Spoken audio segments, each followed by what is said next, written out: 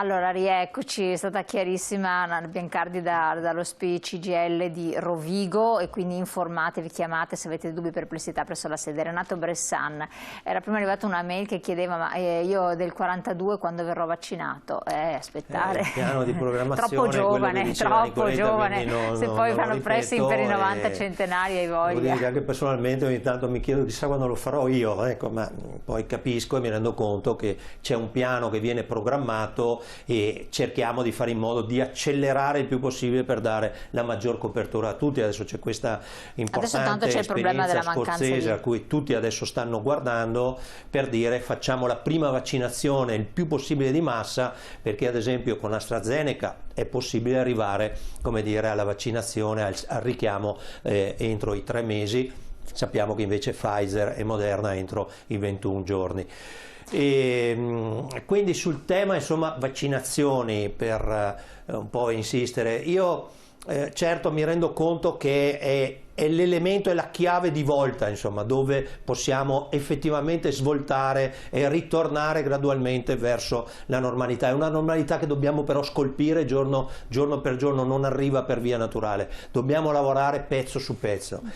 E quello che diceva Nicoletta lo confermo, cioè noi abbiamo lavorato tutto il 2020, ma lo stiamo facendo anche in questi primi mesi dell'anno, proprio, come dire, su quelli che sono stati i bisogni sociali che sono emersi improvvisamente, e lo abbiamo fatto con molte amministrazioni comunali. Lo ricordo, lo avevamo detto l'altra volta qui con il presidente Conte dell'ANCI, abbiamo fatto, come dire, più di 130 accordi con i comuni, quindi, e li abbiamo fatti quasi ed esclusivamente sul welfare di emergenza, come abbiamo messo in campo tanti osservatori con le ULSS sulle strutture residenziali, sulla programmazione, sui piani di zona, su quei tavoli, come dire, dagli anziani, famiglie, eccetera.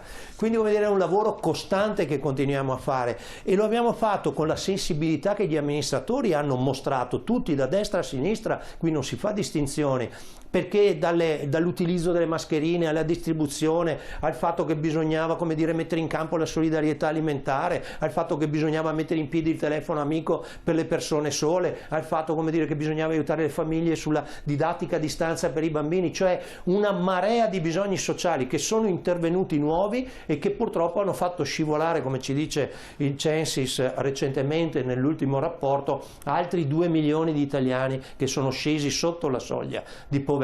E quindi quei richiami che abbiamo visto prima, come dire, sono assolutamente veri, ma noi dobbiamo insistere, continuare, ed è un lavoro che stiamo facendo anche in questi giorni. Ieri ci siamo trovati con l'amministrazione di Chioggia, ad esempio, ma in tanti altri territori tutti i giorni parliamo con i sindaci, con gli amministratori, per mettere in campo, come dire, soluzioni rispetto ai problemi che abbiamo. E non è facile perché le risorse che abbiamo a disposizione sono purtroppo sempre più limitate. Il debito che abbiamo accumulato è enorme, lo abbiamo visto, bisognerà pagarlo prima o dopo, ma noi, come dire, non possiamo fare altrimenti. Dobbiamo ristorare chi sta perdendo, come dire, sulle proprie attività economiche, e dobbiamo dare sostegno dalle persone anziane, agli ospiti nelle case di riposo, agli operatori sociosanitari, e cioè a tutti coloro che in qualche maniera vivono questa emergenza, sapendo una cosa però, che dentro a questa emergenza c'è qualcuno che si è arricchito.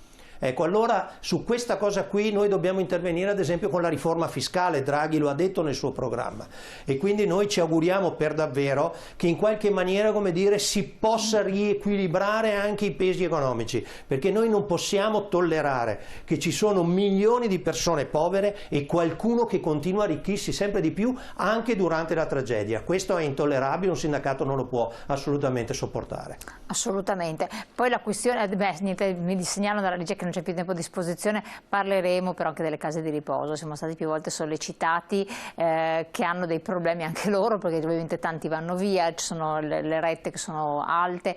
Ok il vaccino, ma mi preoccupa quando parlate di programmazione, quanti milioni arrivano forse dall'Europa, e l'organizzazione dov'è? Impianti aperti fino a 4 ore prima e poi chiusi, ristoranti che hanno speso soldi per mettere in sicurezza, e poi siamo in Italia, in Germania sono felici di chiudere perché prendono molti soldini e pagano fornitori dipendenti eccetera, qui paghiamo una bolletta.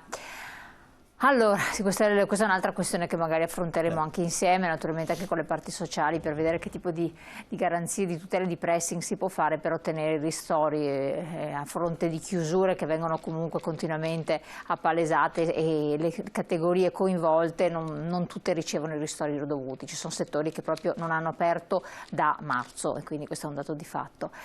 Allora, Renato Bressan, grazie di essere stato qui con noi. Salutiamo anche Nicoletta Biancardi dello SPCGL di Rovigo. Grazie allo eccola qua, grazie molte, buon lavoro, ne avete da fare. Ci ritroveremo presto, affronteremo anche altre questioni, quelle che riguardano poi gli accordi sociali, magari il punto con quanto riguarda anche l'ANCI, qual è la situazione, il punto della situazione. Sarebbe interessante che ci ritroviamo tra qualche tempo. Magari richiameremo il presidente dell'ANCI per raccontarci come sta andando questo accordo che dovete siglare. Grazie ancora a voi telespettatori di aver partecipato, e come sempre scriveteci, ma soprattutto rivolgetevi alle sedi dello SPCGL presenti su tutto il territorio. Buon proseguimento, grazie.